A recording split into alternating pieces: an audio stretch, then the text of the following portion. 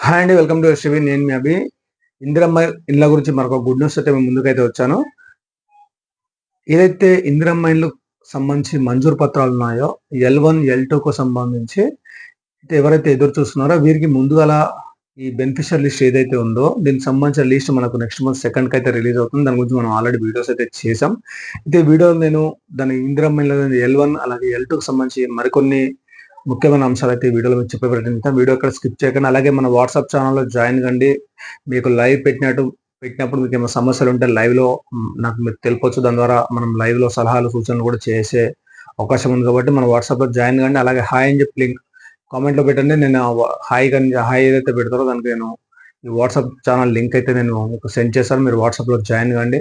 అలాగే వివరాల్లోకి వెళ్ళిపోదాం. ఏదైతే ఇందిరమ్మ ఇండ్లు ఉన్నాయో ఇందిరమ్మ ఇండ్ల గురించి సర్వే అయితే కొంచెం స్పీడప్ అయిందని చెప్పుకోవచ్చు. ఎవరైతే ఎల్1లో ఉన్నారో ఎల్1కు సంబంధించి 200 అప్లికేషన్స్ ఒక గెజిటెడ్ ఆఫీసర్ అయితే పెట్టడం అయితే జరిగింది. ఈ ఆఫీసర్ వచ్చేసి వాళ్ళ ఇంటికి అంటే సూపర్ చెక్ విధానం అంటే లాస్ట్ టైం గతంలోనే మనం ఈ సూపర్ చెక్ ఆప్షన్ అయితే మనకు వచ్చింది. ఈ సూపర్ చెక్ అంటే ఏంటి అంటే పై అధికారులు చేసిన సర్వే కరెక్ట్‌గా ఉందా లేదా అనేది ఈ సూపర్ చెక్ ద్వారా చేస్తారు. అయితే ఇప్పుడు ఏమైతుందంటే ఎవరైతే ఈ ఎల్1లో ఉన్నారో ఎల్1కి సంబంధించి ఒక గ్రామంలో సపోజ్ ఎంతమంది అప్లై చేసుకున్నారంటే ఈ అప్లై చేసుకున్న దానికి ఒక్కొక్క 200 మెంబర్స్‌కి ఒక గెజిటెడ్ ఆఫీసర్ పెట్టడం జరిగింది. ఈ రోజు నుంచి ఈ నెల 30 వరకు ఈ సర్వే అనేది కొనసాగుతుంది. ఈ సర్వే అయిపోయిన తర్వాత ఈ సర్వేలో వాళ్ళు ఏం చూస్తారంటే ఎవరు అత్యంత నిరుపేదలున్నారు. అంటే ఎవరు రెంట్‌కుంటున్నారు, ఎవరు శిథిలావస్థలో ఉన్న ఇంట్లో ఉంటున్నారు, ఎవరు ఎక్కడ ఉంటున్నారు అనేది పూర్తి వివరాలు సేకరిస్తారు వాళ్ళు. ఎల్1కు సంబంధించి మాత్రమే. ఈ సేకరించిన సమాచారాన్ని వాళ్ళు పూర్తిగా పై అధికారులకు నివేదిక అయితే పంపిస్తారు. ఈ నివేదిక ఏదైతే ఉంటుందో ఆ నివేదిక ప్రకారం వాళ్ళు ఎవరైతే ఇన్ఛార్జ్ మంత్రులు ఉంటారో వాళ్ళు సంతకం చేసి మళ్ళీ కలెక్టర్‌కి పంపిస్తారు. కలెక్టర్ ఓకే చేయగానే మనం ఇదంతా 30 అయిపోతుంది. ఫస్ట్ రోజు ఇది కలెక్టర్ ఇవన్నీ సంతకాలు అయిపోయిన తర్వాత మనకు సెకండ్ రోజు బెనిఫిషియర్ లిస్ట్ అనేది రిలీజ్ చేస్తారు. ఈ రిలీజ్ చేసిన లిస్ట్‌లోంచి కూడా అత్యంత నిరుపేదలు ఎవరైతే ఎల్1లో ఉన్నారో వారికి ఈ 4 తారీఖు, 5 తారీఖు, 6, 7 ఈ 4 రోజులలో వాళ్ళకి ఇంటిమేషన్ ఇస్తారు. మీరు సెలెక్ట్ అయ్యారని చెప్పేసి. అందులో 5 తారీఖు నుంచి 7 తారీఖు మధ్యలో వాళ్ళకి మంజూరు పత్రాలు ఇస్తారు.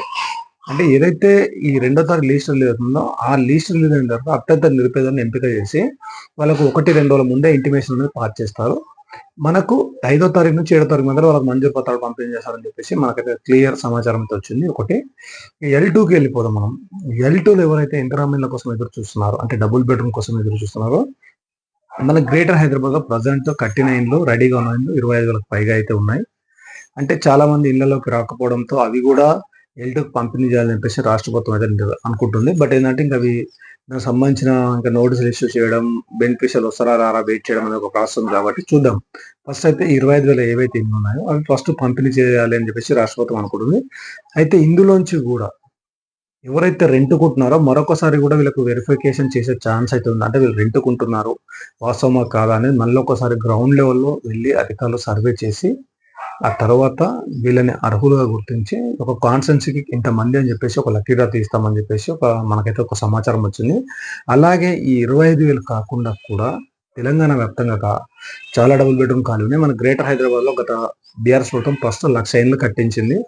ఆ 1,00,000 ఇండ్లు అయిపోయిన తర్వాత మరొక 1,00,000 ఇండ్లు కట్టిస్తామని చెప్పేసి చెప్పడం జరిగింది. అవి కూడా అండర్ కన్‌స్ట్రక్షన్ ఉన్నాయి. ఇప్పుడైతే పూర్తి స్థాయిలో అందుబాటులోకి అయితే రాలేదు. అవి కూడా పూర్తి స్థాయిలో అందుబాటులోకి తీసుకొస్తామని చెప్పేసి అంటున్నారు అధికారులైతే. ఒకవేళ అందుబాటులోకి తీసుకొచ్చే పరిస్థితి లేకపోతే మాత్రం ఇందిరమ్మ ఇళ్ళకి సంబంధించి ఎవరైతే ఎదురు చూస్తున్నారో వారికే కేటాయించి దానికి ఎంత ఖర్చు అవుతుందో అది అమౌంట్ కూడా లబ్ధిదారు ఖాతాలో వేసి అది ఇల్లు పూర్తి చేసుకునేలా చర్యలు తీసుకోవాలని చెప్పేసి దీని గురించి ఒక చర్చ కూడా ఆల్రెడీ నడుస్తుంది. మనకైతే ఇంక దీనికి ఎల్2 కోసం మాత్రం నెక్స్ట్ మంత్ 15వ తారీఖు తర్వాత మనకు క్లారిటీ అనేది వస్తుంది. ఈ 15 లోపు మాత్రం మనకి ఎలాంటి అప్డేట్ అయితే లేదు. ఒకవేళ ఉంటే మనకు వీడియో చేస్తాను. చాలా మంది ఇందిరమ్మ లిస్ట్ వచ్చేసింది రేపే డబుల్ బెడ్రూమ్ పంపిణీ చేస్తామని చెప్పేసి కొన్ని ఛానల్స్ చేస్తున్నాయి. బట్ పంపిణీ కార్యక్రమం ఎలాంటివి లేదని ఫస్ట్ ఎల్1 వాళ్ళకి మాత్రం ప్రిఫరెన్స్ అయితే ఇస్తుంది రాష్ట్ర ప్రభుత్వం.